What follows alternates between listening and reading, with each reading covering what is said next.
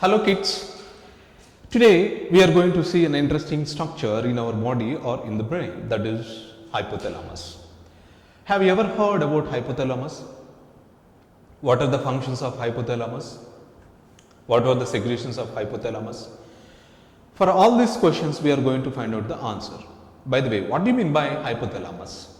Hypo means under, thalamus means brain. The structure which is under the brain is called as hypothalamus. And hypothalamus is a Greek word. It is derived from Greek word, so which means under the brain. Let me say a few points about hypothalamus.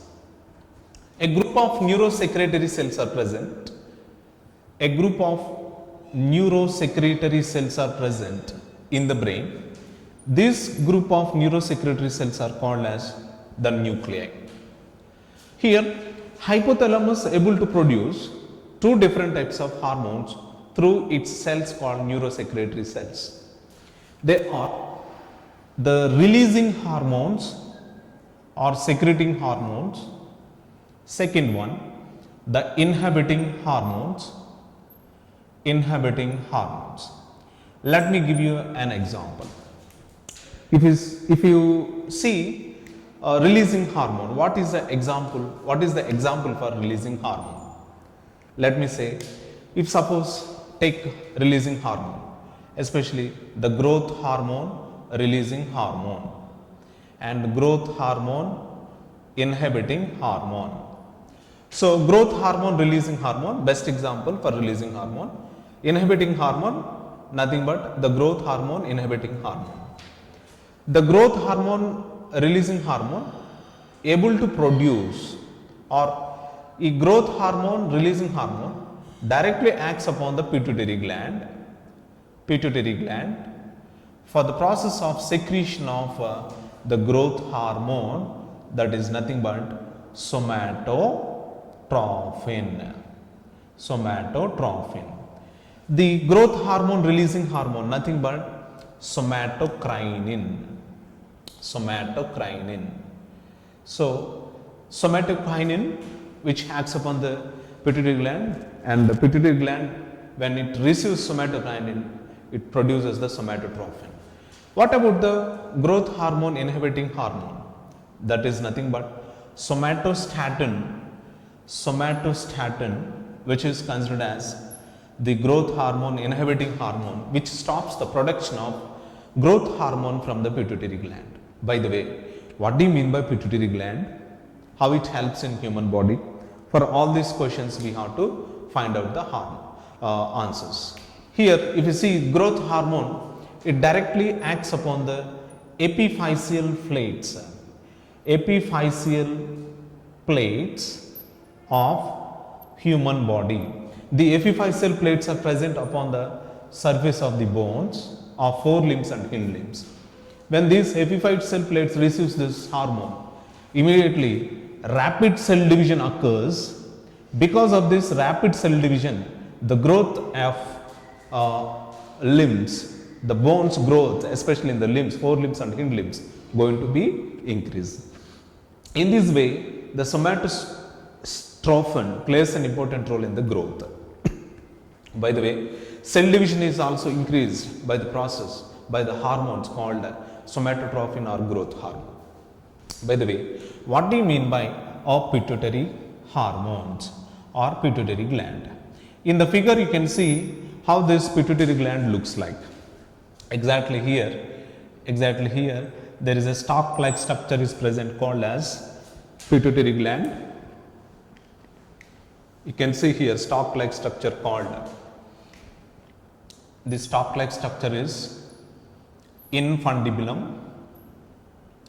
This infundibulum has a nobule or round shaped structure called the pituitary gland. Pituitary gland has divided into two major divisions. There are two major divisions are seen in the pituitary gland. What are they?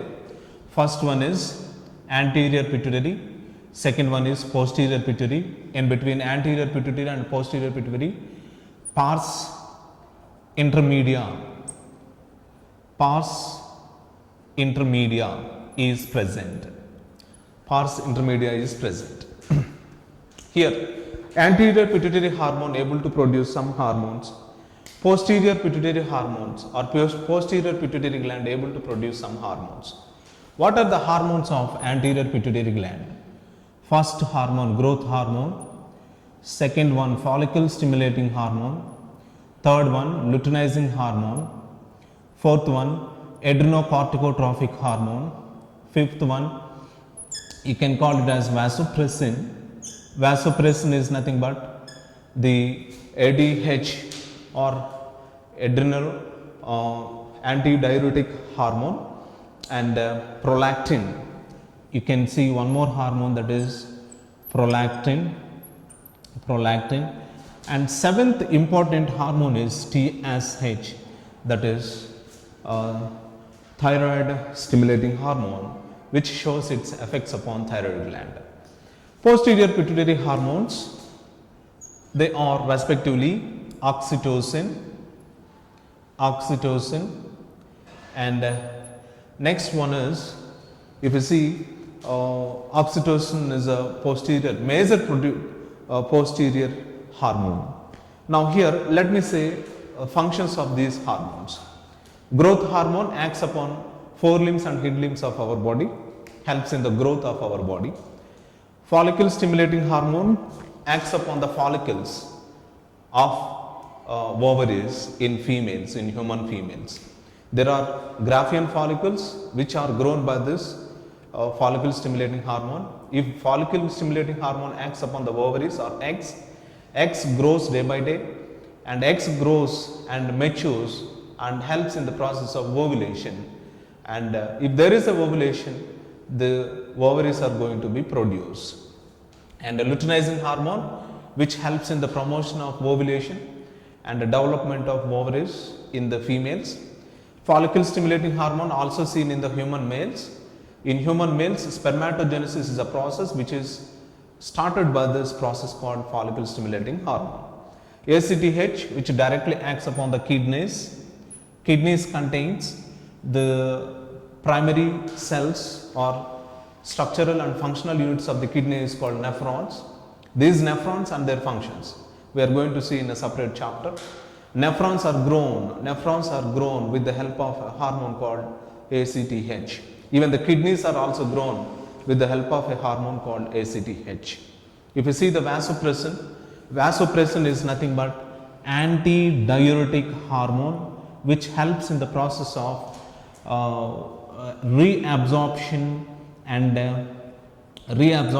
secretion of various substances.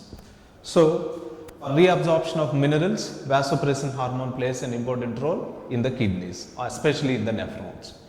Prolactin helps in the process of milk production in mother after childbirth.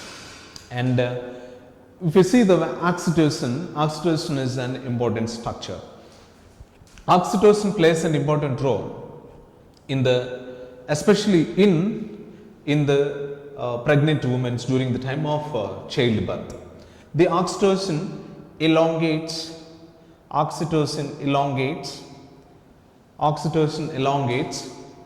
the hip or pelvic girdle during the time of childbirth. So, like this, the hormones have different target tissues upon our body or in our body, we can say like this.